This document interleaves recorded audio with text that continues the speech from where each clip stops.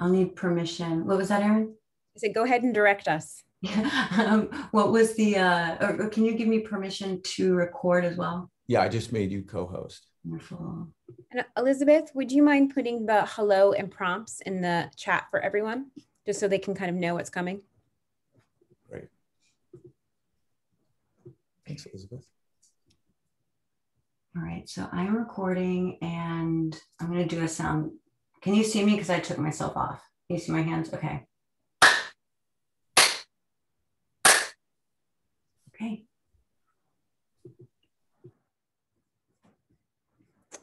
Okay. Well, hello and welcome everyone to the Youth Wellness Rally Roundtable discussion. We're really excited to have you all here. If you look in the chat box, there is kind of a hello and welcome. So we're going to kind of do these things where we chat a little bit and then we'll probably do an action. So if you have a question at any time about something, no, don't ever hesitate to raise your hand and say, I'm not unclear about this. Can you help me? Guide me in this way, okay? They have editors on the other side of this that can cut it up and chop it up. So don't worry. If you say something, you don't like it, you want to re-say something, there's no wrong answers. We're all friends here. So, okay. So, and I'll probably have to do that more than anybody. So hello and welcome. So if you see this, what we're going to do is kind of say your name, your organization. Like if you are, like for instance, Ashley, you might say, hello, I'm Ashley, I'm the president of NAMI on campus at Santa Monica High School, something like that. So if you represent an organization, say that. So I'll do it myself, and then I will hand it over to Elizabeth. And so we'll do kind of a popcorn. So whoever passes it to you, you pass it on to someone else. Okay. And if you are bilingual and you feel like doing it in 2 languages or 1 language, that's up to you. But feel free to also showcase your personality in this. It doesn't have to be one way or another. Just do it the way that you want to do it. Okay. All right. Okay. Hey shifters, I'm Erin Ryan, the Executive Director of NAMI Westside Los Angeles, and I'm super excited to be here today to talk to you all about the importance of mental health. We have some great questions, and I really can't wait to hear your point of view. So let's say I'm going to do some prompts now. I hear you. We hear you. Let's start the conversation, Los Angeles. Let's stop the stigma. Let's feel the shift. Let's shift the conversation. Tune in this weekend. Okay, super simple, right? Okay, Elizabeth, go for it. Great, thanks, Erin. Hey everyone, hey shifters, I'm Elizabeth. I am our Operations and Outreach Coordinator for NAMI Westside LA, and I'm so excited that everyone's on today to start this conversation about mental health and start addressing the stigma. So thank you so much for being here and starting the conversation. And I'll do a couple of the prompts too. So we hear you, let's start the conversation, Los Angeles, and let's stop the stigma. Tim, I'll popcorn to you. Thanks, Elizabeth. My name's Tim Davis. I am the program director for NAMI Westside Los Angeles. Really excited to be having this conversation with these awesome young student mental health advocates we have today. So thanks for joining us, and I can't wait to hear what they have to say. Let's see, okay, a couple of prompts. I hear you. We hear you. Let's start the conversation, Los Angeles. Shift happens. Feel the shift. And that's probably enough out of me. Let's go to one of our students. How about you, Ashley? Hi, everyone. My name is Ashley Bustajian, and I am the president of NAMI on campus at Santa Monica High School. I'm so excited to start the conversation together, and you are not alone. Should I do some prompts as well, or should I just popcorn? Great, if you want to do a couple. Okay. We hear you. Let's stop the stigma. And I'll popcorn to Victoria. Hi everyone. Hey shifters, I'm Victoria Taylor. I'm the Vice President of NAMI on campus at Santa Monica High School, and I'm really excited to be here today having this conversation about mental health. And then some prompts. Just a quick pause. It is really important that we all look as much as we can into the lens. But you guys are doing great. On the side, I can look at the lens here, right? You're doing great. Everyone's doing great. And I love it that like shift happens. So if you guys want to say other things than these prompts, these are just here as reference, I think. I mean, it'd be great to say maybe a couple of them, but if you guys have something that you say that you feel powerful about and strongly, like go for it. And by the way, that note came from our producer, and I think it was probably aimed at the adults. You guys are doing fabulous, Ashley and Victoria. So yeah, I'll echo that so far everything is great. I might get a little bit from Tim and Aaron at the beginning, and with the prompts, you know, it's like you're inventing them. So if there's anything that comes to mind, feel free to have fun. It's like the great and powerful Oz speaking to us. Okay, should I do it again from the top, or? I thought you were doing great, Victoria. Okay, then I'll just do a couple of prompts. I'm just gonna do the free ones. I'll say, I hear you. We hear you. Let's start the conversation, Los Angeles. Tune in this weekend. And I will popcorn to Duncan Burns. All right. Hey shifters, I'm Duncan Burns, social media consultant of NAMI on campus, SaMo High. I'm really excited to be having this conversation here today. And yeah, so some prompts are, we hear you, let's stop the stigma and tune in this weekend. Can you pass it, Duncan? Pass the popcorn bowl. Popcorn Araceli. Hello, my name is Araceli Aroni. I'm really excited to have this conversation as well as to learn from my fellow peers. I'll read a few poems. We hear you. Let's stop the stigma. Feel the shift. And I'll go to Rebecca. Hey shifters, my name is Rebecca Mogus. I'm the president of SWAG Mental Health Awareness at Santa Monica High School. I'm really excited to talk about the importance of mental health because I've learned to prioritize my own mental health, and I'm really excited to stop the stigma and break the silence. Tune in this weekend.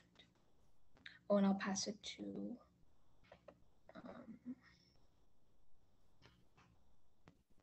can I pass it to an adult? You certainly may. We don't want to ignore the adults in the room. Yeah, I'll pass it to Julie. Hi, everyone. I'm Shuli Lotan. I'm the Mental Health Counseling Coordinator at the Santa Monica Malibu Unified School District, and also the Faculty Advisor for SWAG, our Student Wellness Advisory Group at SaMo High. My world is talking about youth mental health, so it's fun to be here and get to do it in this way for the shift. I'm looking forward to seeing what emerges and hearing from our young leaders on this issue. Here we go. Let's see. We hear you. Let's stop the stigma. Feel the shift. I will popcorn to Erica. Thanks. I was actually, can I ask a question right before? Of course. Thanks. I just asked Sunny and she just responded, if we can say we're from UCLA. I don't know if there's, yeah. Absolutely. Absolutely. Okay. Yeah. Okay. Hi, everyone. Hey, shifters. I'm Erica, and I work at UCLA Resnick Neuropsychiatric Hospital, and I'm part of the Community Outreach Committee, and I'm excited to be having this conversation with y'all. Thank you for being here. We hear you. I hear you. Let's stop the stigma.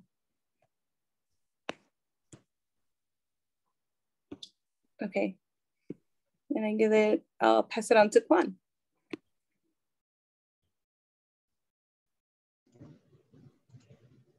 Hello, Shifters. My name is Quan Fan. I'm the Assistant Nurse Manager for the Child Adolescent Unit at UCLA Neuropsychiatric Hospital. I just want to say that it's a pleasure to be here, and we're here to, spread awareness to mental health, and it's nice meeting everyone. I'll pass it to Sunny. Hello, Shifters. I'm Sunny, and just like Erica and Kwan and Krishma, we all work at UCLA, and we also are part of the community outreach for Resnick Neuropsychiatric Hospital. And I'm really, really excited to be here.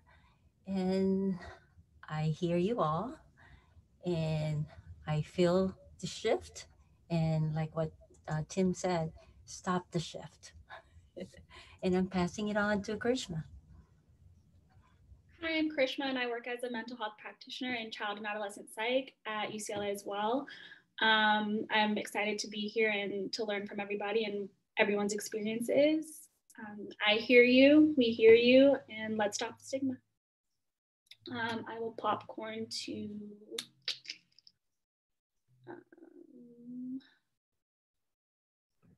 I think we have Hazel and Martha. Yeah, Hazel and Martha. Yeah, Hazel. Hi, everyone. My name is Hazel Tercero. I work for the Los Angeles County Office of Education as the community school specialist at Santa Monica High School. I'm really looking forward to hearing what our students have to say about this topic and how we can continue some of these events in May for SaMo High. I'm going to go with I hear you, let's stop the stigma, feel the shift.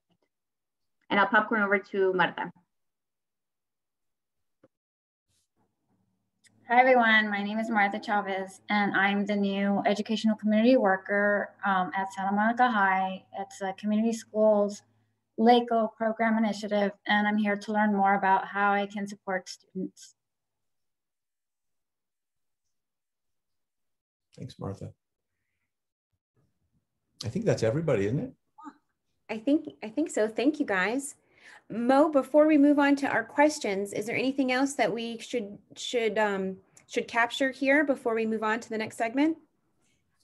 I could talk to you all day. That's the tempting part. You're all wonderful. At some point I do want, those prompts are really guides. So, think about where you can express like what it is you're hearing, what it is you're feeling, why you chose to be here today.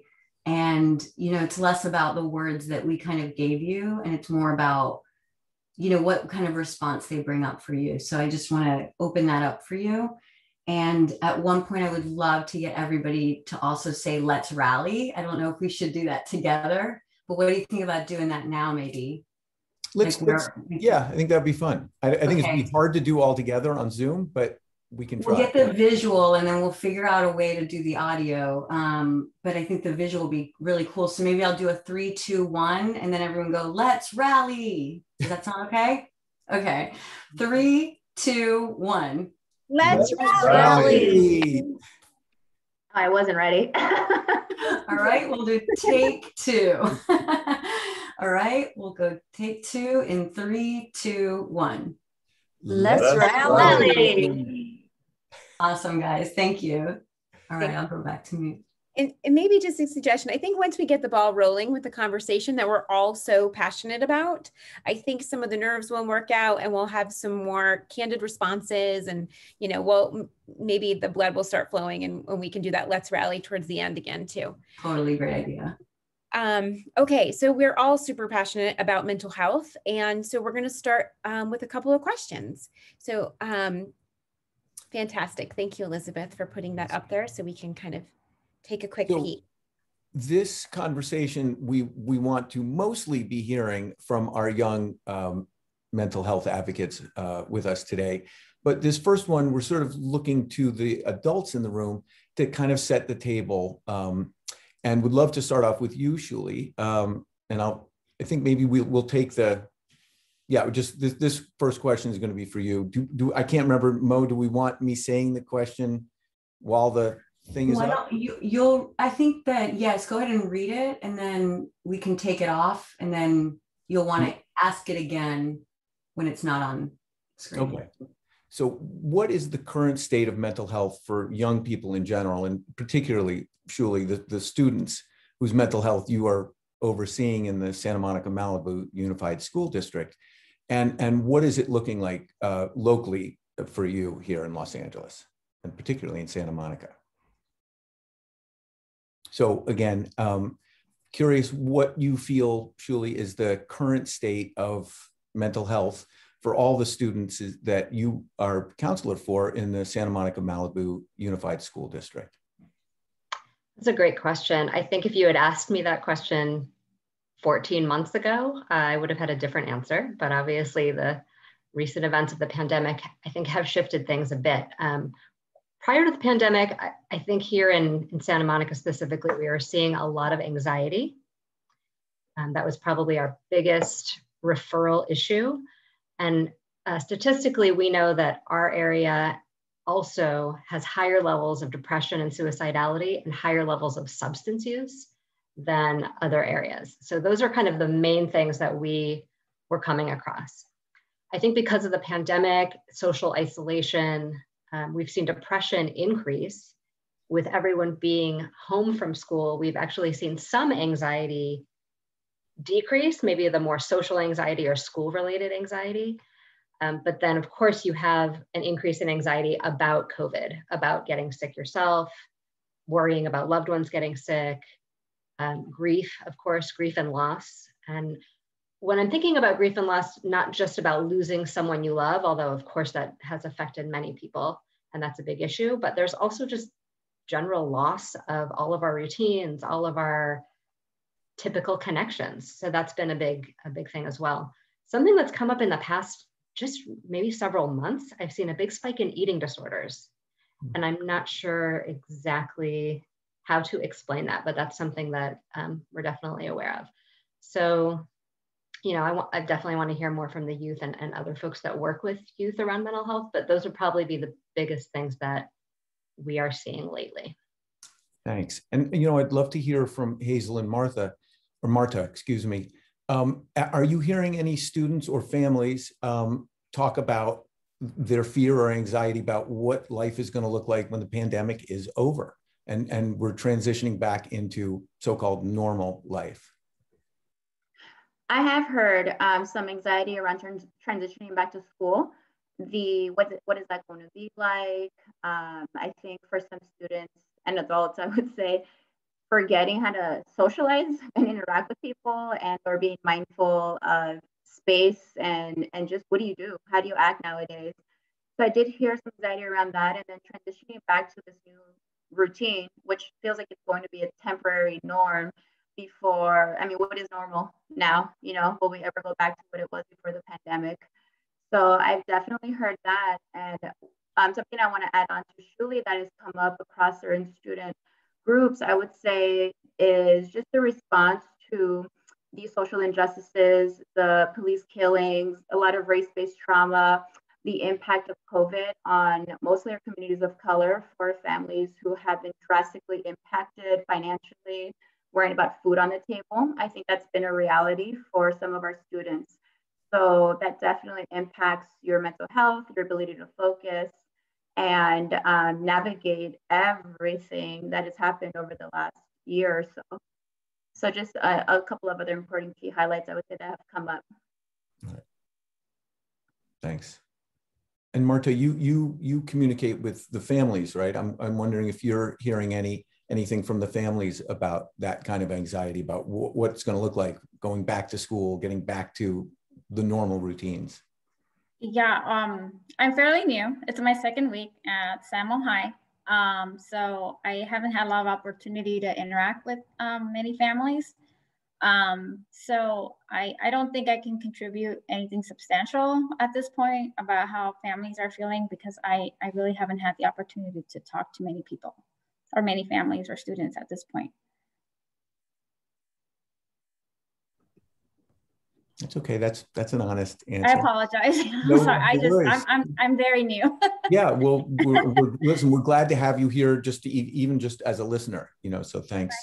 Yeah, that's why I'm here. I'm trying to, you know, learn more and see what my role is going to be and see, you know, see where everyone's at and how I can support. It's wonderful to have you here, Marta, and thank you, because it's, you know, it's really about listening a lot of the time and how that is an action. Sometimes people think listening is not an action.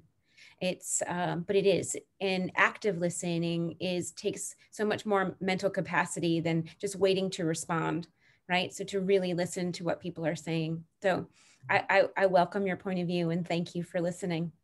You're welcome. How about some of the students?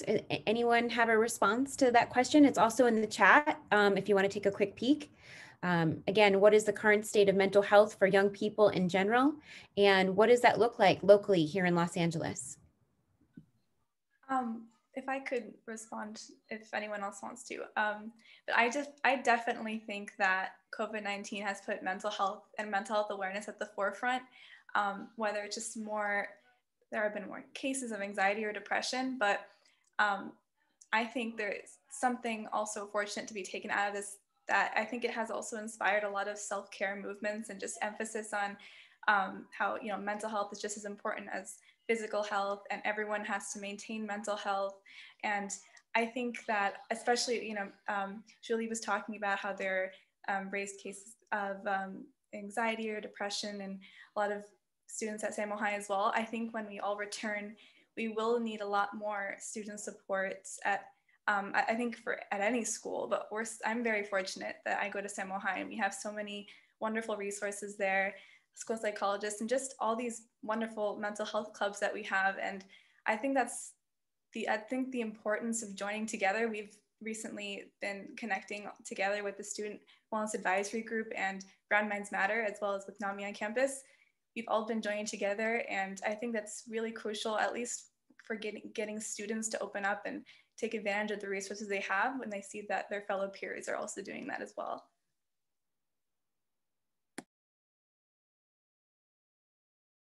Rebecca, it looked like you had your hand up. Yeah, go ahead. I agree with most of the replies to other people, but I also feel like a lot of students are struggling because they don't know that the school gives like free therapy, or they don't know that they have the resources. Because personally for me, like I found out from joining the swag club, and a lot of students aren't in the club, like we don't have that many students.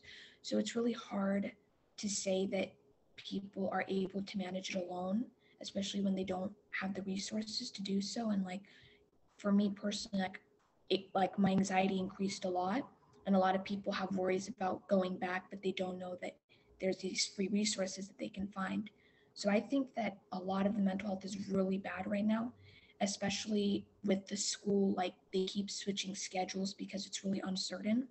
So I think that a lot of students are worrying about that, and we should try and advocate more for them to seek therapy, especially if they feel like they have anxiety or to do stuff at home. I think that might be more helpful.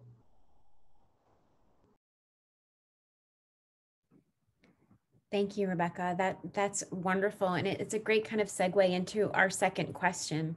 So, and a lot of this, we covered some of this in the first one, but what stressors are currently impacting students' mental and emotional health?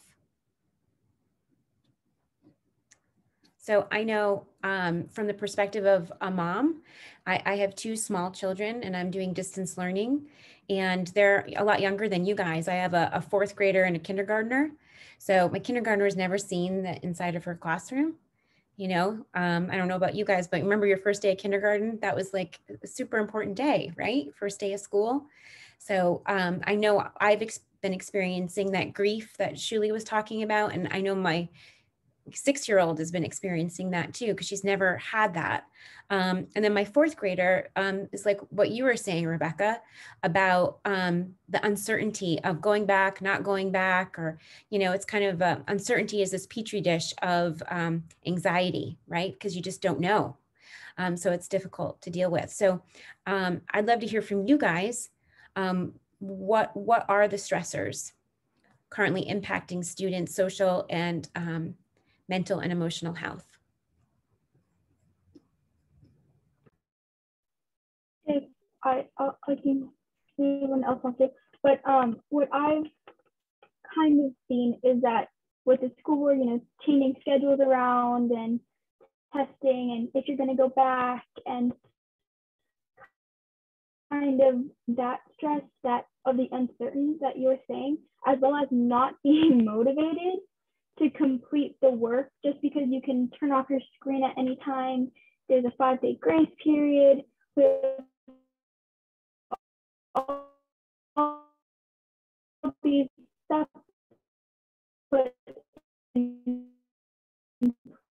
place, but sometimes it's just really hard to get out of bed, turn on your laptop. It's hard to see how everyone else is doing when not even everyone is turning their cameras on or even talking in class. And I think those are the students that I don't know. I haven't even met some of them because they've been silent all year. And so I think those are some of the stresses that are currently impacting students' mental health as well as physical health, and just that total stress that's there.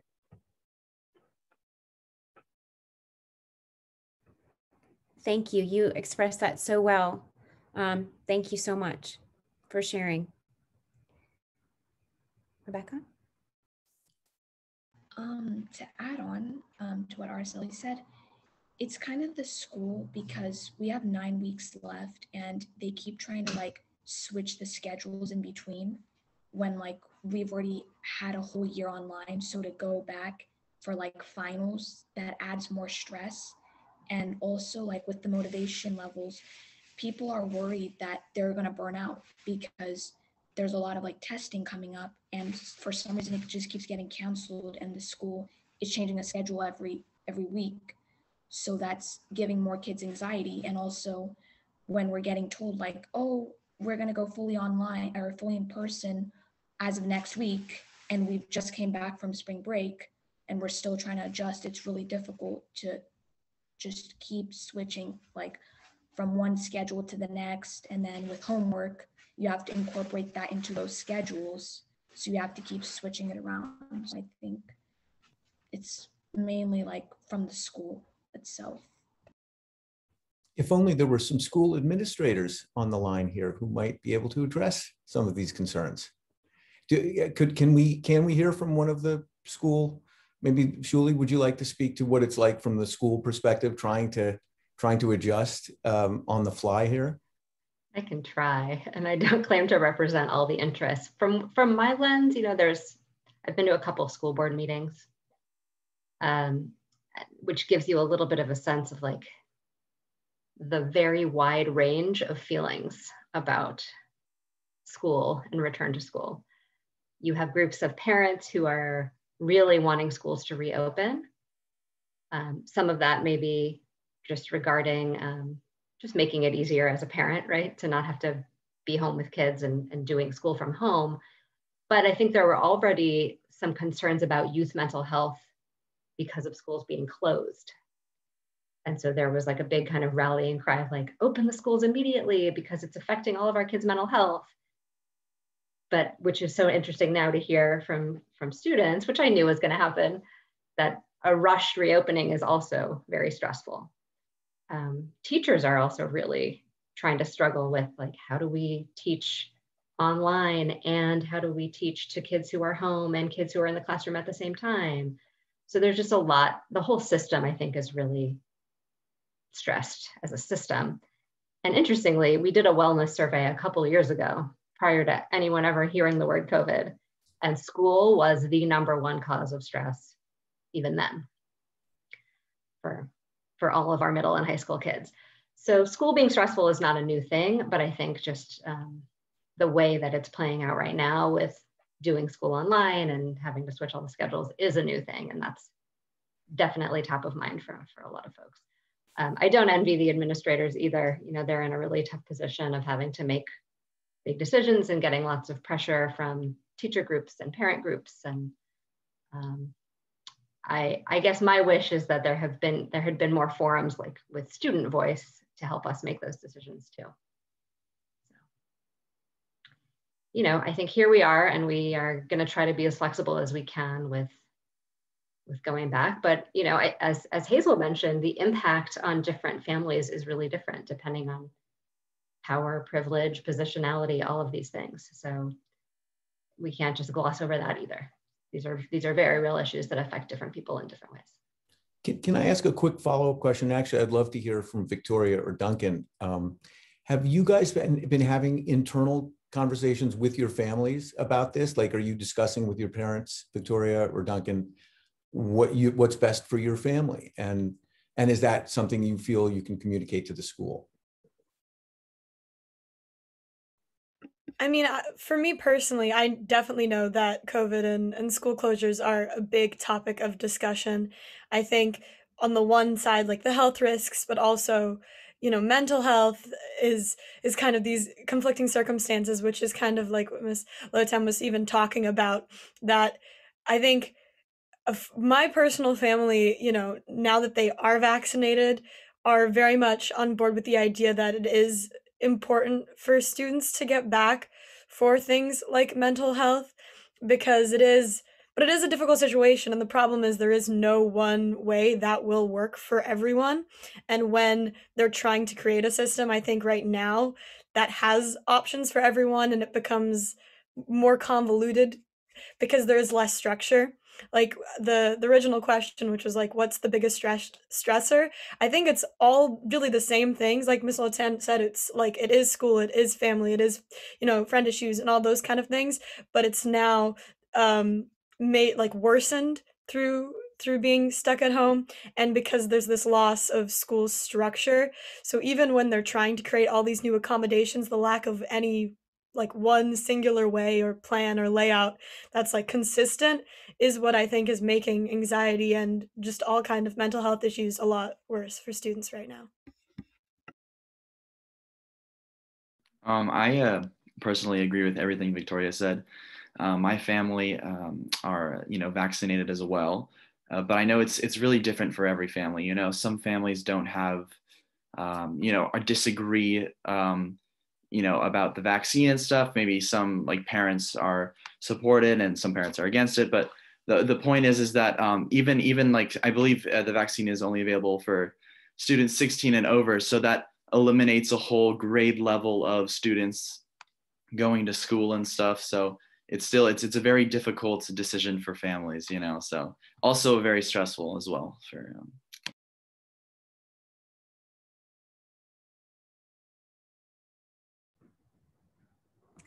Thank you, guys. I wondered from the UCLA team, I know it's talking about impacting students' mental and emotional health, but perhaps you could speak to, because you are at UCLA, have you had any increased mental health issues or whatnot? Maybe you could speak a little bit to that from your point of view.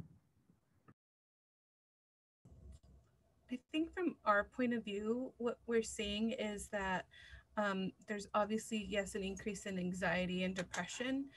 But more than that, the services that are out there in the outpatient setting is really limited. And if it's something like providers can't go to the home because of COVID, or places like partial hospitalizations, or are even, you know, just outpatient treatment centers not being open because of COVID, we're seeing a backlog in people that can be discharged from the hospital and go home with the disposition of having therapy available to them, but then that gets delayed because there isn't that option right now. There's a lot of delays in appointment settings, and also for those that do, the families specifically that need more help or respite help for those that have autism or just require a higher level of care isn't there that much right now. And so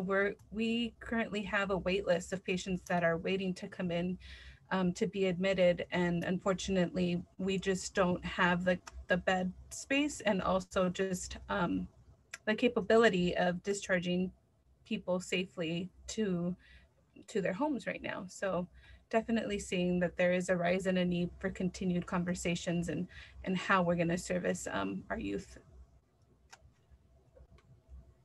Yeah, and to piggyback off of Erica, a lot of the things that I've been seeing too is just a lack of resources. A lot of our autism patients come in and they kind of just like get more aggressive at home because there's no more structure available to them back at home and for all the outside places that they were going to. So when we get them, we kind of like build structure within the hospital and like kind of get them back on track. But then the question arises like, what now when they go back home? Like, can this be continued? And then I know that puts a lot of stress on parents and families because how do they like continue that kind of care going forward?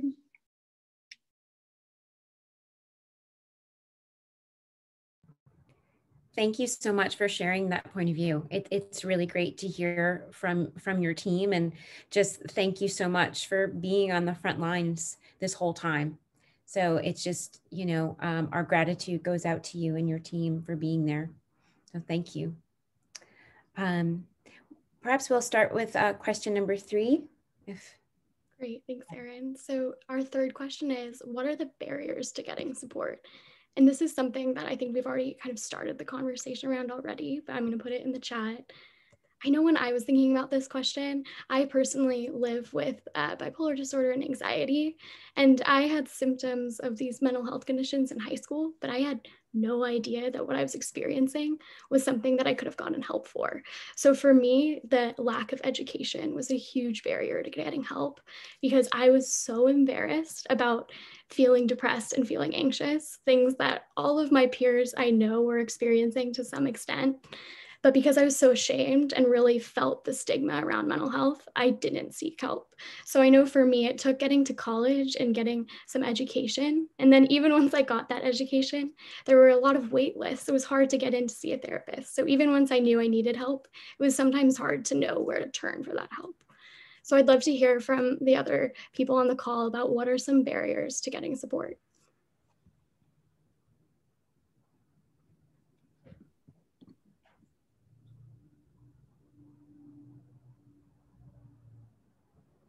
Has anybody experienced stigma as a barrier, you know, either from your friends or your families, or just the community at large?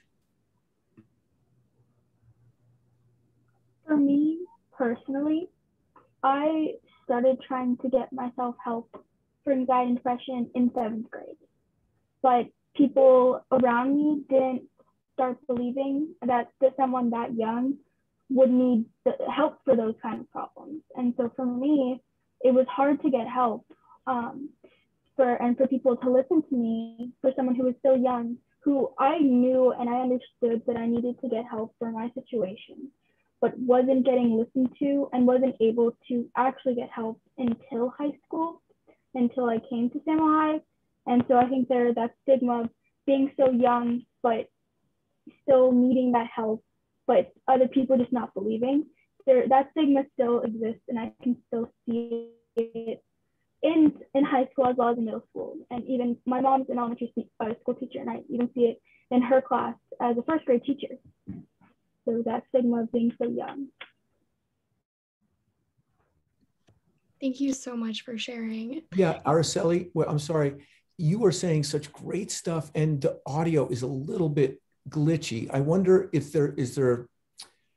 I mean, is it maybe the headphones? Is everyone hearing? I mean, I can hear what you're saying and it's fantastic. I just want to make sure it's coming through. If I could interject, I've been thinking the same thing. And Araceli, what I was thinking when we get down to what we know we're going to use, we might even ask you to just get on a Zoom with us and re-record that part, which isn't really, you know, I hate to ask you to do that, but the audio does have a little clicking. Can you try without the headphones? Is this better? It is. Can you turn? I don't know if there's a volume. Just slightly muffled. Okay. I mean, your voice is so awesome, Araceli. We want to make sure it really comes through.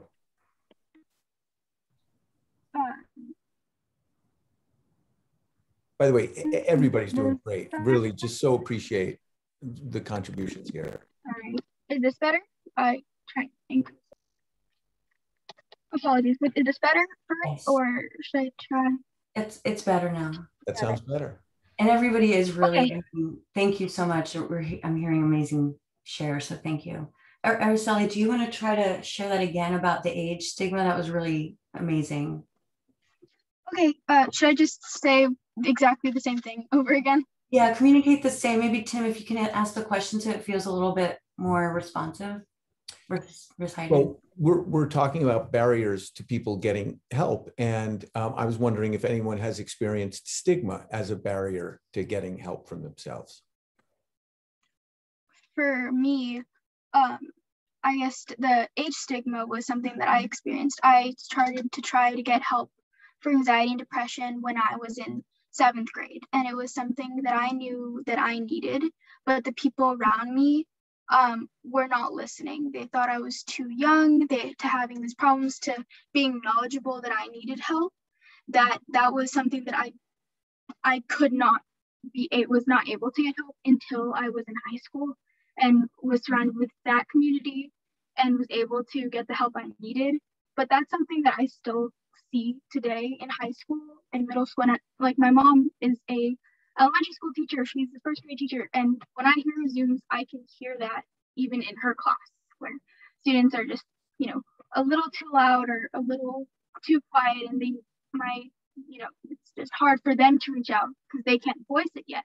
But it's also hard for them. They're trying to reach out in their own way, and it's hard to see them not being able to get the help they need.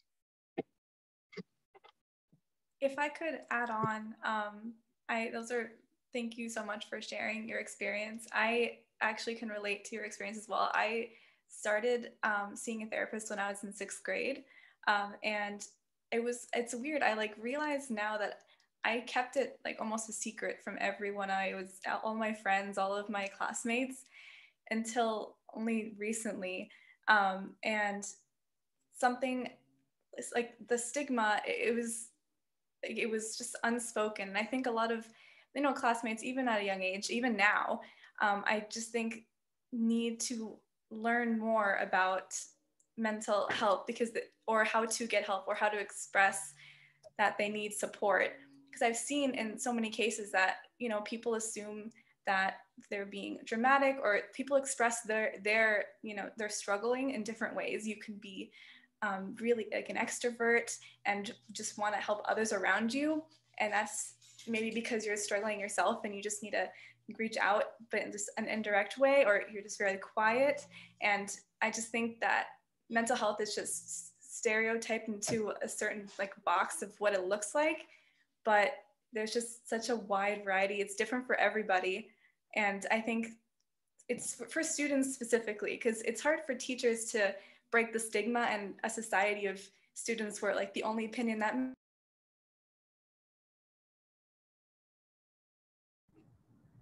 Oh no, we lost her right in the middle of such a nice share. Yeah. Well, I think there was a lot she said there that was great. Erin, I think that was could be a good transition maybe. Do you want to take us into the next? Because we've been talking about barriers and stigma, right? So Elizabeth, will you put up question number 4? Unless, I do want to give somebody, if anybody else, because stigma is a big issue. Does anybody else had something that they wanted to say about stigma? I think Rebecca. Hang on just a second, Rebecca. Oh, sorry. 1 second, let me stop sharing. Sorry, my computer is doing. Here we go. Okay. So as a child who was raised by immigrants, my parents don't really understand what that is. I have to explain it to them.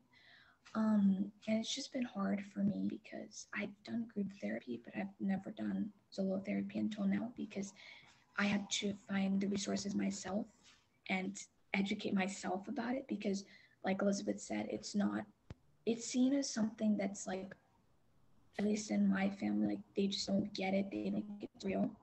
So I think that's a big thing. And also with immigrant parents, it's really hard for them to understand, because I have to explain to my parents consistently.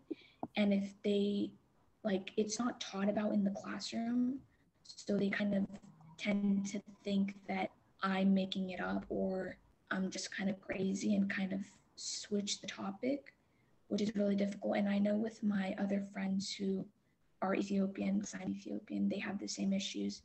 And I feel like that's a really big stigma amongst not only immigrant, but people of color specifically and lower income families. It's really hard to find therapy that's free. Like I know SaMo offers it, but not a lot of lower income families know about that. So I think that's also an issue.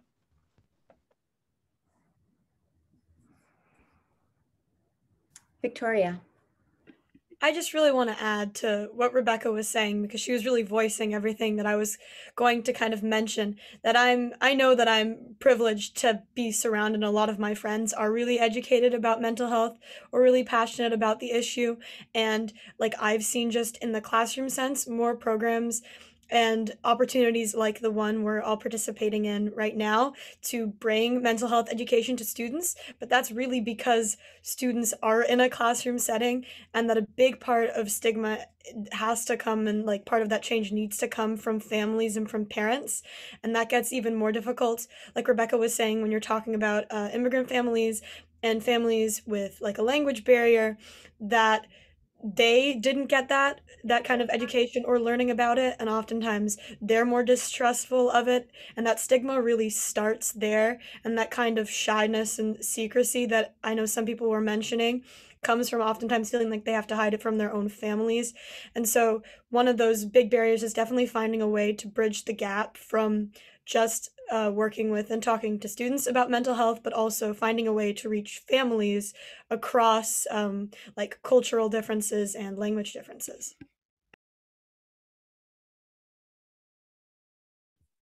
Thanks, Victoria. I think that's a good opportunity to just make a quick pitch for NAMI's Ending the Silence program, which has presentations that are designed for students, for the administration, and for families. So I'm hoping, and Julie, I would love to talk to you about how we can do more of these presentations for families next year, because I think they really do need to be part of the discussion, like Victoria said. And welcome back, Ashley. I'm so sorry. I think my computer must have crashed, or I don't know. Welcome back. We've all been there, right? In the life of Zoom. Well, speaking of stressors, right? Not being able to stay in a meeting. But we're glad you made it back. Well, why don't we shift the conversation to how do we remove those barriers? I think maybe if you can put, question number 4 up there. I think that's you, Tim. Sure. Well, we've been talking a lot about the barriers, like stigma, like maybe language barriers, like cost and access to services. So we really now would love to shift the conversation to how we can remove these barriers. And I know the adults listening in here really want to be part of supporting you students, helping, to remove the barriers. So I really open this up to everyone on listening. What do you think are the biggest action items? Like, what are the biggest steps we can take to removing all these barriers we've been discussing? I can start. For us in the hospital, part of the treatment for the patient is a lot of focus also on educating the parents, the family, because that alone, will help remove the barrier of their family member who's in the hospital from getting help and for continuing their recovery. Because unfortunately, by the time the patient gets into the hospital, they're already at their worst. But even at that, family members are still in denial of, that this is happening to their family member, that their family member is needing help. So, part of that, for us is really spending so much time on educating them. And Erica here actually, and I know probably Krishma does it too, and Kwan, but they do have groups for the parents or the family members for the patients that are in the hospital. I think they do that once a week, and they try to revive that group even in spite of COVID happening. So, and we do refer them to NAMI a lot.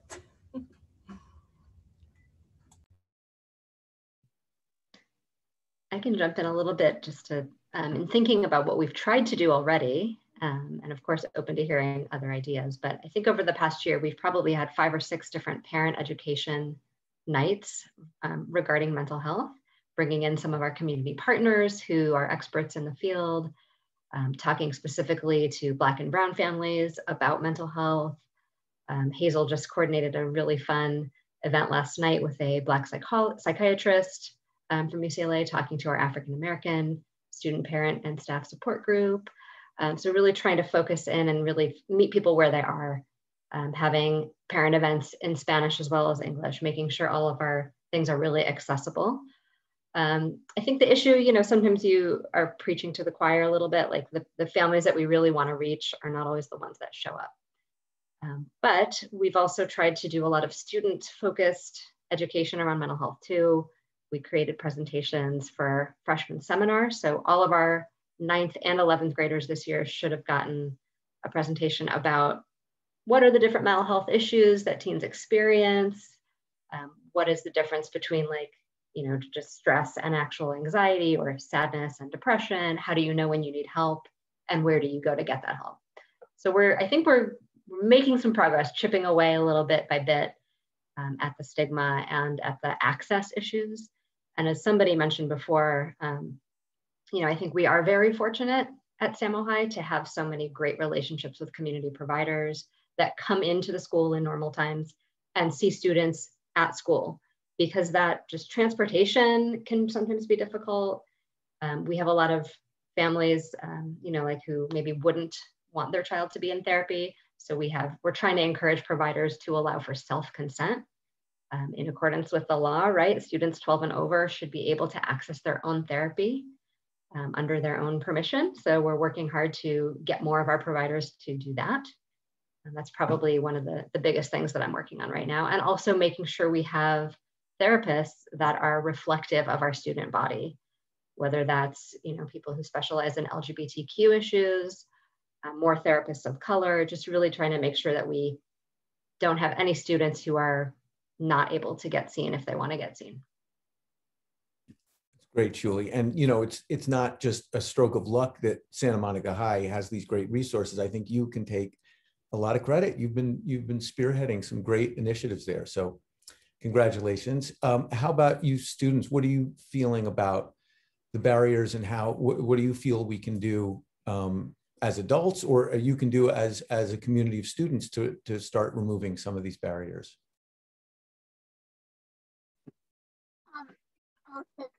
If I can go, as a community of students, I know one thing that we have been trying to do, and what we're continuing to do, is educating other peers. So like with Ms. Lotan said, with doing the presentations for 9th graders, and to show them that it's normal, and showing that you can ask questions, that we have these resources at SaMo High. And along with Ms. Lotan said, is that the #1 question that was asked in that was, can I do this without my parents' permission?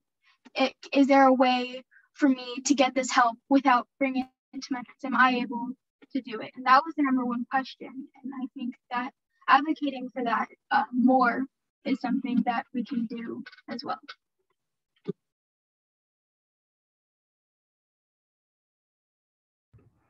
Rebecca, did you have your hand up too? Yeah, so in our club, like Araceli said, in SWAG, we've been presenting a lot, but I think the issue isn't to present to the students. I think we need to take a different approach and work with like specifically lower income communities, or like houses, apartments, and present it there, because that's the main issue, and that's the barrier that needs to like be worked on, in my opinion. Because I've talked to a lot of my friends, and a lot of people, that's the issue. Like, they're scared that if they do seek therapy, the therapist might contact their parents. They don't know that you can consent when you're 12 years old. And also another thing is, like, if the parents were educated, they would probably let their children seek therapy, and it wouldn't need to be this thing that they're hiding. So, yeah. Wow. Thank you so much for those thoughts, and also that innovative way of thinking about, really going into and communicating with families specific to communities. I think that's such a great innovative idea. And the overall, I think, is that stigma. If we remove that stigma and we feel like we all have mental health and we all need to take care of our mental health, just the same as we take care of our physical health. So, okay, great. Thank you. Let's shift the conversation, and here we go. So, how can we get more people engaged in conversations around mental health? Rebecca, I think you just had a great answer to that, but maybe if there's any other thoughts, Hazel, I'd love to hear from you. How do you think we can start the conversation about mental health more actively? I think something that really helped Shuli and I as we were planning for May is to hear directly from the population we want to work with, right? So we checked in with the students and we said, what do you think are some of the challenges or barriers to students accessing mental health? And they gave us great suggestions and ideas that Shuli and I maybe wouldn't have thought of, or maybe we assumed, but that's where a lot of us go wrong, right? We make assumptions based on generalizations or stereotypes without knowing the actual information. So I think when we look at our parents and families being mindful of that, and one thing I've noticed at our high school is paying attention to who's responding, right? We tend to send out a lot of surveys to our families, but not all parents are responsive to surveys. So if you don't know who is responding, then you may have really skewed results and not really be reaching the folks you want to check in with. So finding innovative ways like maybe focus groups, personal phone calls, like Rebecca said, going out into the community, partnering with other agencies who work with families to really try to get an accurate sense of what is the need. So we will be trying to match the needs and not going off of what we think as adults is best. So great. Thank you for sharing that. And again, just thank you to your team for just being so forward thinking and doing the work. So it's awesome. We're learning a lot. So how do we start the conversation with ourselves? How do we have that initial conversation about our own mental health? Duncan, what do you think? I think the first step is like acknowledging that you need help, reaching out to your friends and family, talking to the people you love, and just finding ways to really deal with that internally, and that's I think that's the first step, and then after that, of course, I think just joining groups like NAMI and SWAG, just reaching out to your peers and to your loved ones. So, yeah. Thank you. And how about the nurses from UCLA? How do you kind of take care of your own mental health when you are on the front lines, taking care of everyone else's mental health all the time? Well, we as nurses get stressed too, obviously, especially during this pandemic. And I actually teach a class too for the onboarding staff. And I always start conversation about coping skills because we all need to learn, and like what Duncan said, acknowledge that we are feeling stressed or that we need help. And at the same time, also needs to identify what are the things that's going to help us. So it's good to kind of focus on that and start the conversation with just being able to know what those things that help us. So I know my coping skills, and just thinking about what I'm gonna do when I finish work is already making me feel happy. So, and those are my two puppies. Yeah, I also feel like we can tend to get burnt out really easy. So I think one of the things that I always ask myself is, my duty is to care for somebody else and their mental illness. So can I do that right now? I always like to take a step back and reflect on whether or not, am I going to be able to provide the best care tomorrow when I go into work? And if not, what can I do right now and today to help me get through that, so that when I do go in tomorrow, I'm doing what I need to do for my patients. And yeah, I agree. I think knowing your coping skills are really, really important. I also think that it's important to go back to basics. So whether it is to have a conversation with a loved one, or maybe not having a conversation with a loved one, reserving that space for yourself, eating good food, drinking water, just going back to your basic needs to get you to a level of just like, okay, I'm safe, I'm grounded, and then just take it in as much as you can. I love that. I love, taking care of yourself, positive coping strategies, get back to basics. These are all great positive coping strategies and really good advice, and, acknowledgement too. It's a really good one, Duncan. Thank you for sharing all of that. Victoria, did you have some thoughts on this question? Oh, I just really wanted to add kind of to what Duncan was saying, that when you brought up like having that conversation with yourself, I just think it's so important that people start, and especially like students, and that's why the student outreach is so important, that they start having that conversation with themselves, hopefully before they hit rock bottom.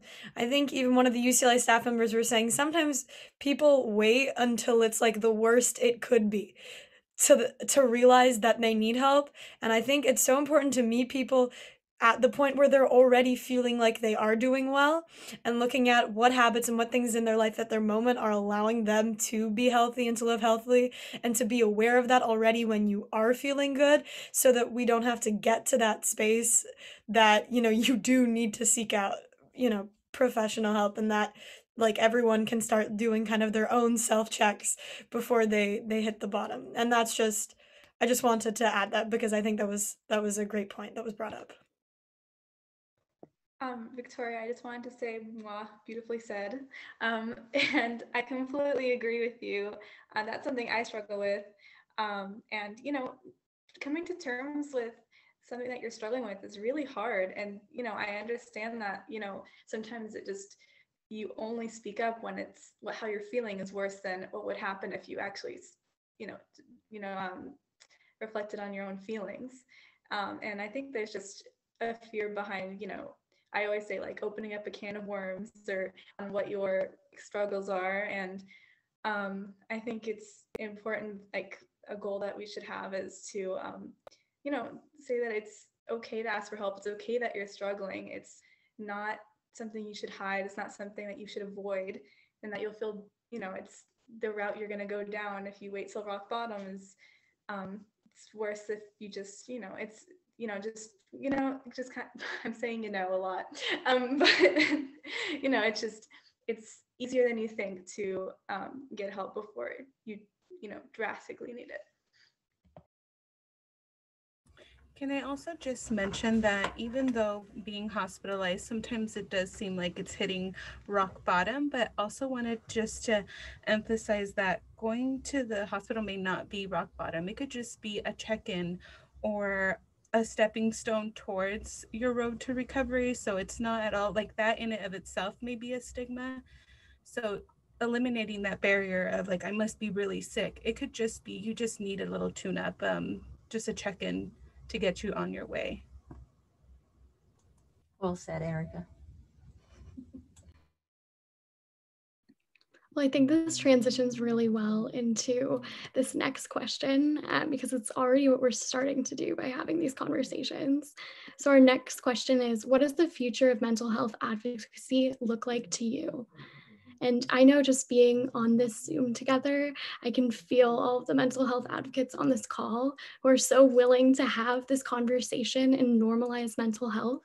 Because to me, since this is something that we do every day for work, I'm so used to talking about my mental health that sometimes it's jarring to go back into other parts of my life where mental health isn't talked about as much. So I'm suddenly the only one talking about it. And I hope that in those rooms, someone out there feels less alone by hearing someone talk openly about it. And it took me a long time to get to that point, but I'm really happy to be in spaces like this where we are able to talk about it. So I'd love to hear other people's ideas on this question.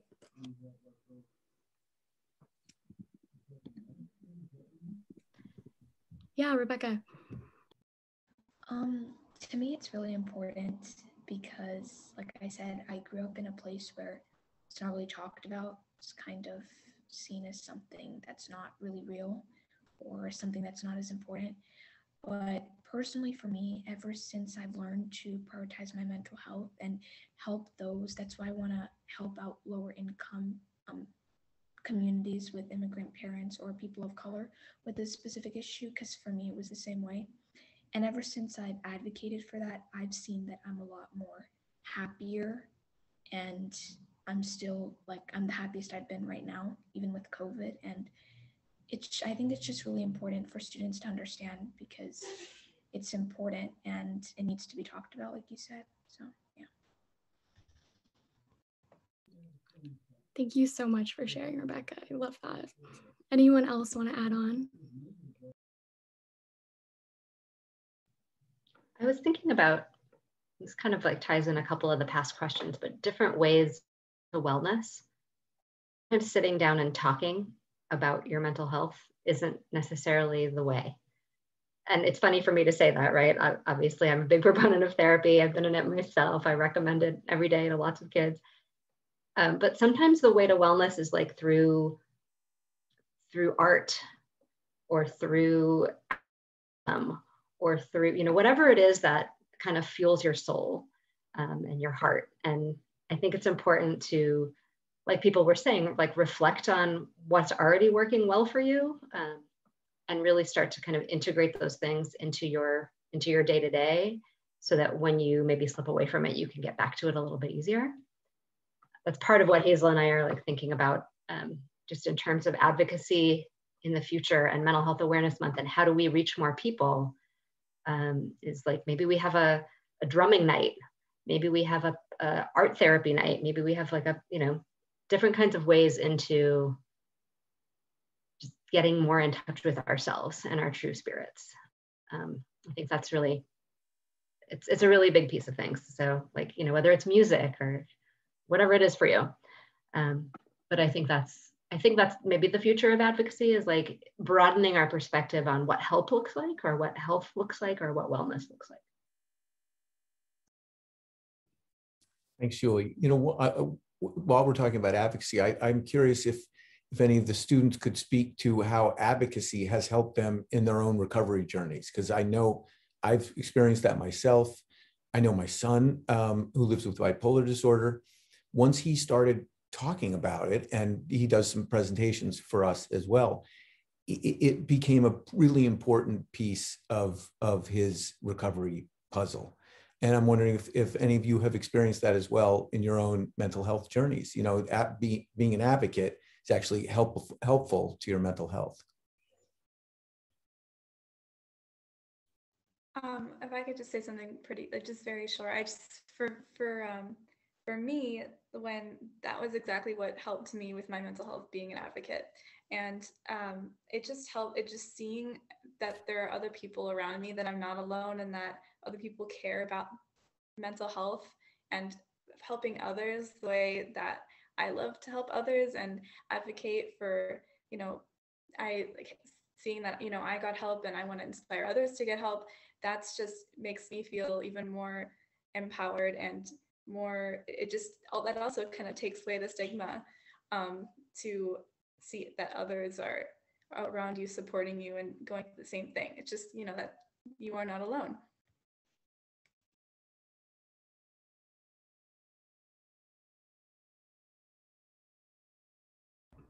Arceli. So for the longest time, I had really bad anxiety with talking in front of people. And I know for me, it feels weird now, but I could not talk in a room with more than 4 people.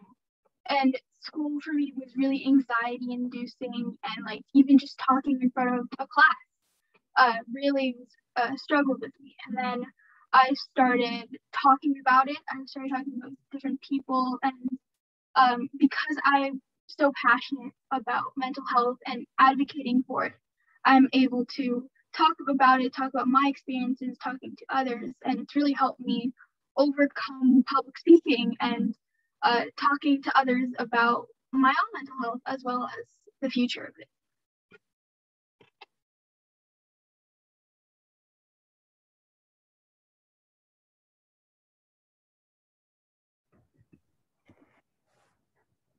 I am just so grateful for everyone here on the conversation and being so brave. And, you know, there's so much bravery in showing vulnerability.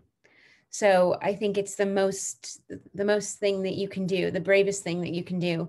You know, I grew up in a military family, and it was something that you talk about different cultures, and in the military, you know, they are literally taught not to feel, to become desensitized and not to show emotion. And so I grew up in a family where you didn't talk about those things. And, you know, I wish I had, a guidance counselor or, groups like this when I was in high school. I wish I had a Shuli, a Miss Lotan, because it would have made my journey a lot different. So thank you so much for sharing.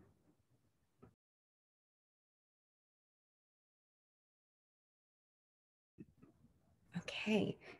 Well, I think that we went through all the questions. Is there anything else that anyone would else like to share? Juan, I don't know, we heard a little bit from you, but is there anything that you'd like to share with us? Yeah, I mean, one thing I like to add, I thought I'd be here just to listen to everyone, but it's great to hear from everyone, thoughts about mental. And one of my things is, organization, especially hospitals as a whole. We don't have a lot of financial resources. I mean, we as an organization at UCLA, we're one of the only organization in, I don't know, Los Angeles or Southern California that will admit autism, a diagnosis, because I know that there's a big need for children with autism and their care. Because I mean, they are difficult, and it's been a challenge for our organization. I mean, many times kids are waiting down the ER for 2-3 days for beds because they are being screened out because of their diagnosis to other psychiatric hospital. And I think mainly because of the resources, or even the specialty that's required to care for that diagnosis. So that's one thing that, I'm passionate about, and I hope there be more advocacy for that population and there are more resources, given to that specific population.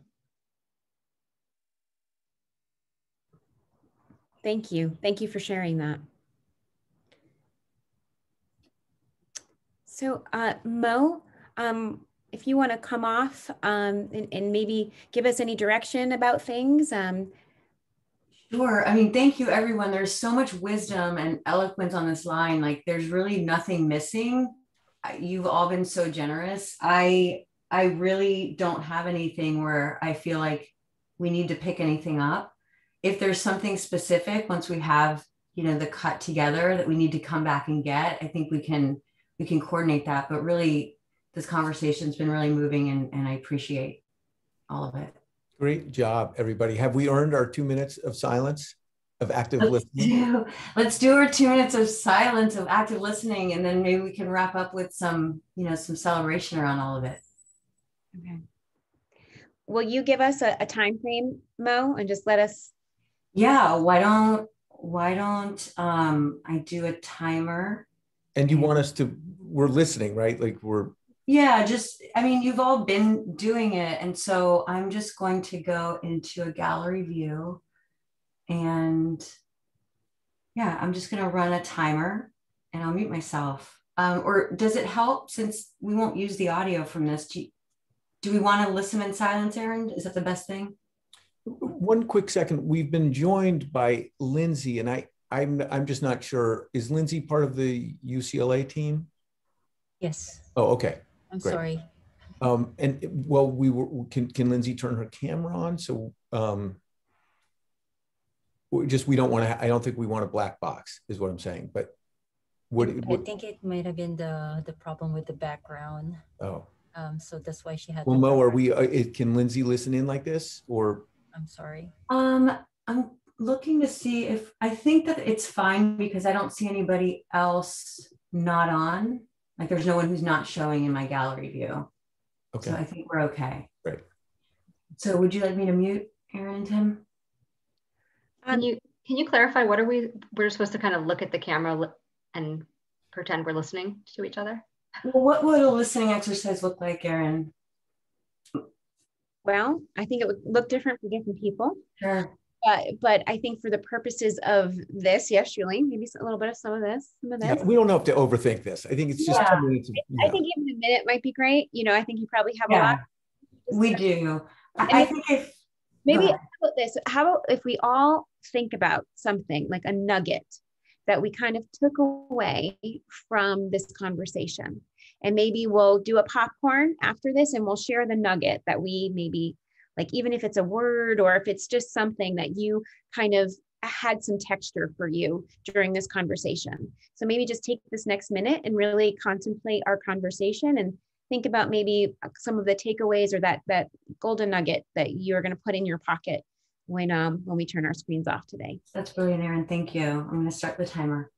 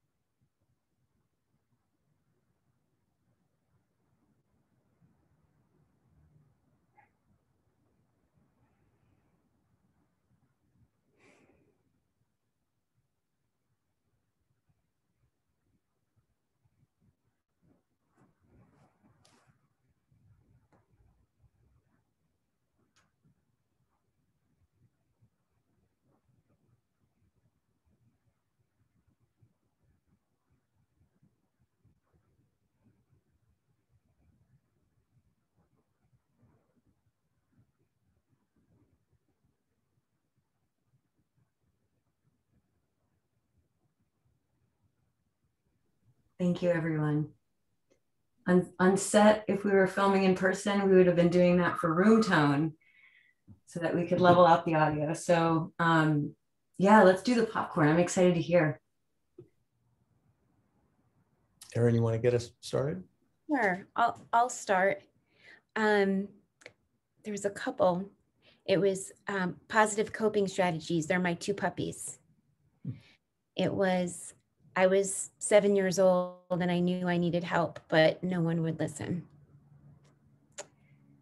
And it's about going into communities and speaking to the parents to change the culture and remove the stigma.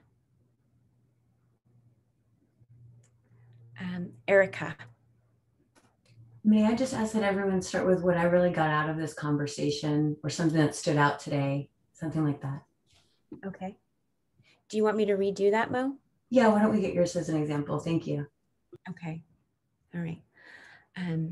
Something that really stood out, or a couple of things that really stood out during our conversation today, were how Sunny expressed her positive coping strategies and that they were her two puppies. I love when Arceli expressed that she was 7 years old when she first realized that she needed help and that no one would listen to her. That really impacted me, and I was grateful for that share. So thank you. And Rebecca, when you said, what really resonated for me when we were in this conversation, you were talking about going into immigrant communities and talking to the families to remove the stigma and the shame surrounding mental health so that people can get the help that they need. Erica. What really resonated for me was the need to remove the stigma and also just the resiliency that our youth has. And that's just great to see, and a positive outlook towards what may come in the future, just knowing that we have great people out there like you all out in the community helping our youth. And I'll choose Sunny. Can we, Hazel actually has to go, so can we have Hazel go next, please? Thank you. Something that really stood out to me today was everyone's statements around the power of education and involving our families. So not looking at this as a singular issue, but the importance of community and family involvement as we look to destigmatize mental health. I'll go with Sunny. Bye, everyone. Thank you, Hazel. For me, what resonated is the diversity of all the participants here, and all the power of the voices that I heard from all the students, because with all your experiences and how much you want to move forward with advocating for mental health, it's really powerful. And that's really touching for me, because being in our position as health caregivers, I feel like, oh, these are the future that's going to help us take care of people with mental health conditions. So thank you. And I'm going to pass it on to Kwan. Hello, everyone. This was very insightful, and something that stood out to me are, I appreciate having the youth and the students on here. I think it shows a lot of insight in their knowledge and how brave and courageous they are for understanding, the stigma and the awareness of mental health. When I was in high school, this was never talked about, and I wasn't even aware of the different mental illness and diagnosis, but these youth, have shown something, so I appreciate them.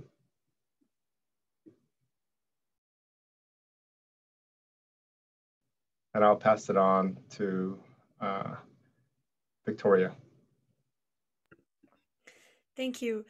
Something that I really took away was a comment by Ms. Lotan about how wellness looks different for everyone, and that really finding ways that people can express that in whatever works best for them. Like she mentioned, like art and all different other kinds of options that are there for people, or music, or whatever works best for them, and that wellness is like an independent journey, and that's super important.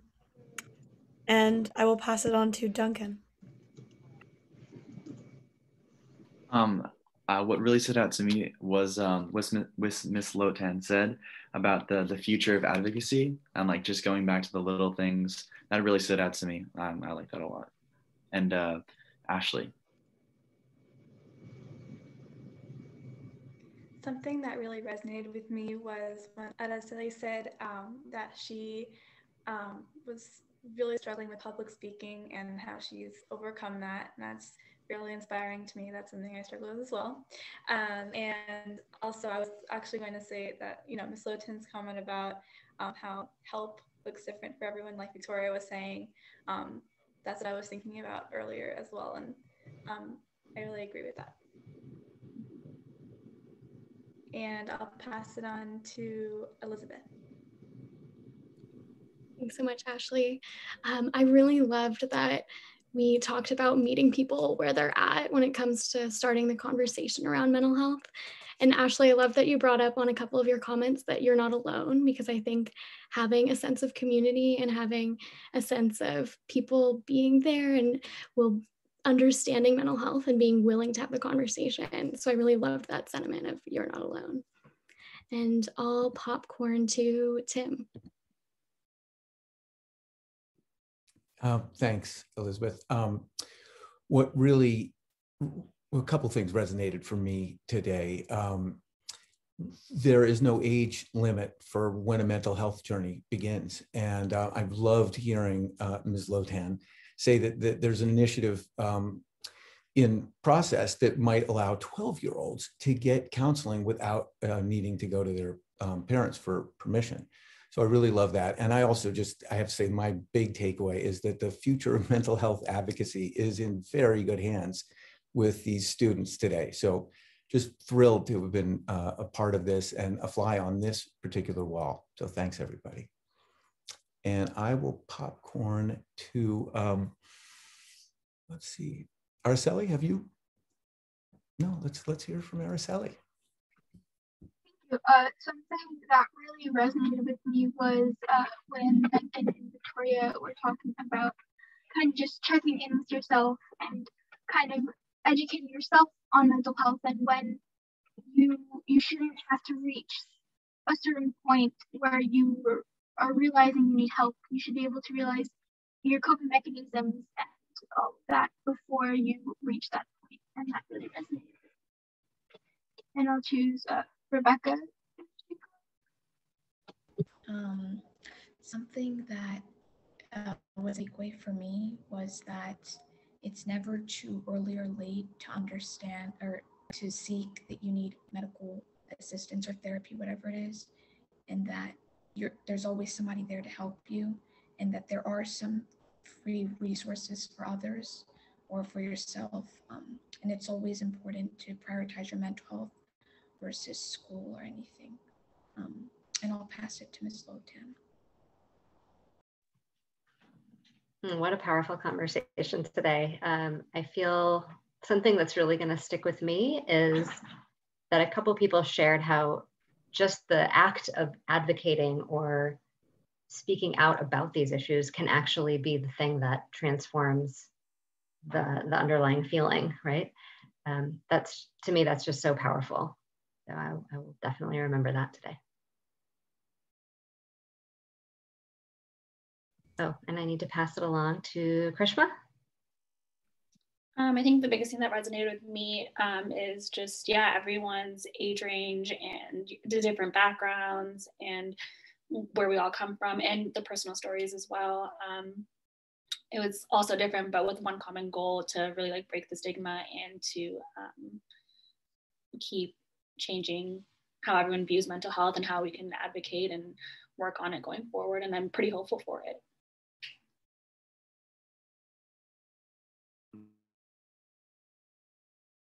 Did everyone go? Eric? Yeah. I think everyone went. Yeah. Mo, do you want to pop on? How do I see? I have to tell you, I'm really moved by all of you, and thank you. And I don't even have anything to say. I learned a lot. And I think people tuning in to experience your conversation are going to learn a lot and get a lot for themselves to take into their future. So just thank you. That's really all I have to say. I think from a technical standpoint, we might have a couple things where we might reach out and say like, hey, can we get on a Zoom for 15 minutes and just re-record these pieces? But other than that, I feel like we're good. Is there anything else that you feel we need? I'd like to stay on with Tim and Aaron at the end if you guys have like 5 minutes. Just to pick up some of the stuff from the beginning. And then if there's anything you all feel like doing on, just as like a way to express, that we're glad we're here. I feel like there's some sense of relief, and I'd love to give you all an opportunity to share that or express that. Can we try that rally cry again? Yeah, why don't we do? Let's wrap with a rally cry, because actually we have a few. I mean, I know Mo, we want to stay on with you for a sec, but is everybody ready to wrap with a nice loud rally cry? I'll give a countdown. All right. And let's say, let's rally. And then we're gonna do another one that's gonna say, let's rally for wellness.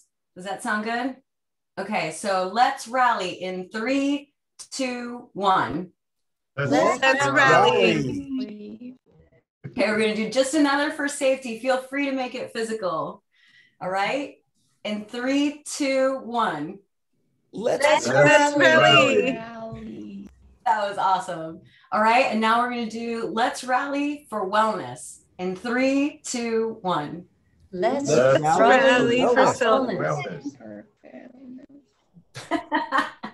You guys are great. Thank you. Everybody. Oh my God, you guys, everyone, so awesome. Thank you guys so much. We're very, very appreciative. Thank you for Thank you both for the opportunity to share the voices. It's great. Thanks. Yeah, thanks so much to all the students. Posted, and yeah, thanks for checking in. And I hope we'll be hearing some of these students' voices in the other shift content. And Ashley, right? You've distributed that. Great. Well, Victoria, Duncan, Ashley, you guys are amazing. Thank you. Sunny, everybody, just thank you. We'll be in touch. Thank you, everybody. Bye, Take care. Thank you so much. Wow. That was really, really special. Amazing. Good. It I was like, wow, how can we make this like an hour and a half? Well, that's the thing. There was no, yeah, we weren't going to get through that in an hour. I mean, the rally itself, you know, it's like right. But there's some good nuggets in there. I feel like there was some really good, like about, I mean, I thought Hazel was really great. She was very succinct in her statements. Well, Araceli was like. Araceli was amazing. Also, Victoria, I think, is it Rebecca? Yeah, and Karish, the Care for Autism was really good. So, you know, what we'll go through, we'll transcribe it, and what I'll do is I'm going to pull selects that hit the talking points we know we want to hit, and then we're going to figure out how to condense it and still have it. It won't feel like a roundtable the way a roundtable happens. It's going to feel like a package about different themes. Yeah. And we might cut from something somebody here says into something that one of the ambassadors says, right? And then kind of segue out from the roundtable and come back to the roundtable later. So that's how I'm envisioning it. I definitely heard everything that we were hoping for. I wanted to stay on because Erin, at the beginning, when you were introducing yourself and giving the welcome, you were kind of looking down, which was a little bit neat because we have this interesting photograph that looks like an audience that we might be able to do something with that, but I want to also get it with you looking at lens. Okay. And I also want to get a safety from Tim as well, because Tim, we have things with you, the bandana, and then things here. So I just want to make sure we have like one really clear version here too. Yeah, okay. I use a little of all of it. So what I'm going to do is I'm going to pin Erin. Okay.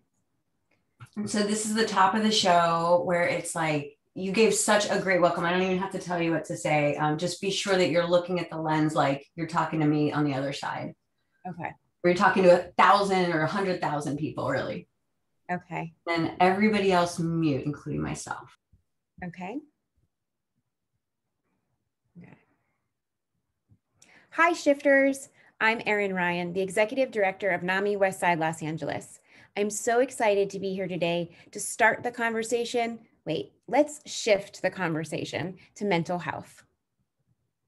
To start the conversation is great about how we can shift, you know, to start the conversation is really great because that's what the top of the show is. We're really here to shift. Okay. I mean, to start, sorry. Okay. Sorry.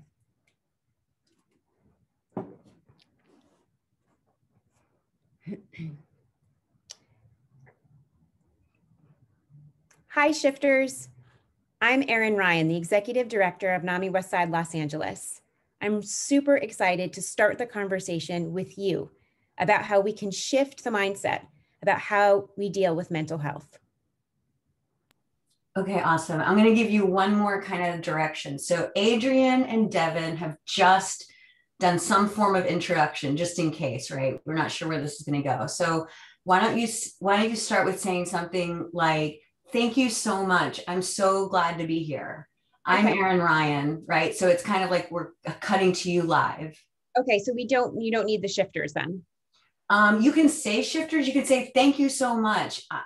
Hey, shifters, I'm so glad to be here, right? Okay. Okay, sure. Thank you so much. I'm so excited to be here. Hey, shifters, I'm Erin Ryan, the Executive Director of NAMI Westside Los Angeles. And we can't wait to start the conversation with you about how we shift and think about mental health. Awesome, Erin. Is there another one you want to do just to kind of wing it? Sure. Okay. Thanks, guys. So great to be here. I'm Erin Ryan, the Executive Director of NAMI Westside Los Angeles. I can't wait to start the conversation with you about how we can shift the mindset about removing stigma and shame around mental health. Okay, great. Thank you, Erin. Do you want to say anything for the end of the show? We can always pick this stuff up again later, but then we wouldn't have your wardrobe match, or we'd have to try to match it. So it's a little easier to try to get it now. Okay. Well, I'm going to do my own prompts though too, right? Mm-hmm. Of like, but you might as well get something now. Okay. Well, in that case, then why don't we get it now for safety, and then we'll get it again, your intro and your outro, when you do your prompts as well. Okay. Okay. I I'm not feeling that great about this wardrobe. I don't know. I'm spitzing. Okay, let's see. It's fantastic. It's really, you look great. You look great. Yeah. Okay, let's see. So you wanted, okay, like a thank you to everyone? Oh, yeah. So it's kind of like, wow, you know, thank you for everything that was shared today. I'm trying to think about, you know, a lot of this like plugging where to find out more about NAMI and stuff was going to come from Adrian. We're going to have her do that, so you don't have to worry about it. So why don't you just do a heartfelt thanks about everybody opening up? You did it on the call already, but let's just see if we can get kind of another version, right? We may already have it. All right. Okay. Wow, what a conversation. I'm so impressed with all of the students, the behavioral health specialists, and the frontline response workers for just showing up today and starting the conversation. It's just so impactful to share your vulnerability. It's one of the bravest things that you can do. And by sharing our stories, you're encouraging other people to talk and share theirs. So thank you for being a part of the conversation today, just taking one small step to remove the shame and stigma that's surrounding mental health. And we start more conversations that way. So thanks so much, guys. I'm really, really appreciate it. And I am so impressed of the leaders that were here today for our mental health advocates for the future. Thank you, Erin. Thank you so much. Tim, do you want to do a pickup? Yeah, if you want to do another one, that's great. But I feel like we have quite a bit. So it's your call. Yeah, okay. Feel good about it? Then yeah, I feel good. Yeah, and also I'm up against a little bit of so I mean, I'm happy to give you whatever you need right now. What were you looking for from me? Just for the beginning. Do you need to go? Oh, okay, how about we'll try one thing, and then yeah, Erin and I, we do sort of have to go. Okay, got it. Yeah, I know this went long. Okay, ready? Hey shifters, my name's Tim Davis. I am the program director for NAMI Westside Los Angeles. And I don't know about you, but I'm pretty excited to have a conversation about mental health. Who's with me? Who wants to join? Let's talk mental health. Thank you, Tim. I mean, that seemed, I don't know if I can do any better than that. No, we have plenty to work with. You guys have been very generous, so thank you. And Elizabeth, you're a stunning, I'm looking over here at you. Elizabeth, you're incredible. Yeah, you got some great stuff from Elizabeth today, for sure. All right. I record my stuff after I get off. I have my little prompts up. While I have you on, I'm sure it's in there. Should I do it vertical or horizontal? Do it horizontal, just it's a little bit easier that way. So go ahead and do it horizontal. And then I've stopped recording, so I'll get my file and I'll transcribe that. When you guys can, just send over yours. And thank you. Sure. Mo, great job. You were a really good producer too. So thank you. I appreciate it. I was trying not to step in too much. So thank you. No, really encouraging and clear guidance. So thanks. Okay, good. Mo, when I do my prompts, can I do it on Zoom and just send it to you? Or do I have to? It's better if you do it on your phone. It's just a better quality. If I have one wish was that we could have done this with a little higher res, right? But we're going to find ways to make it look great. But for your intro and your personal stuff, go ahead and do it on your phone. It'll look better. Okay, great. All right. Okay, honey. Bye. Oh, talk to you later. Is Sharon available? Well, yeah. Now, should we get her to come in here and then I'll make you host, because I am going to have to leave in like 10 minutes. Sure. Okay. Do you want me here for Sharon? I'm happy to stay. I don't think so. We're going to talk a little bit about this, Brittany. Yeah, I don't think you relax. Go record my videos. Hey, Sharon, we're done. So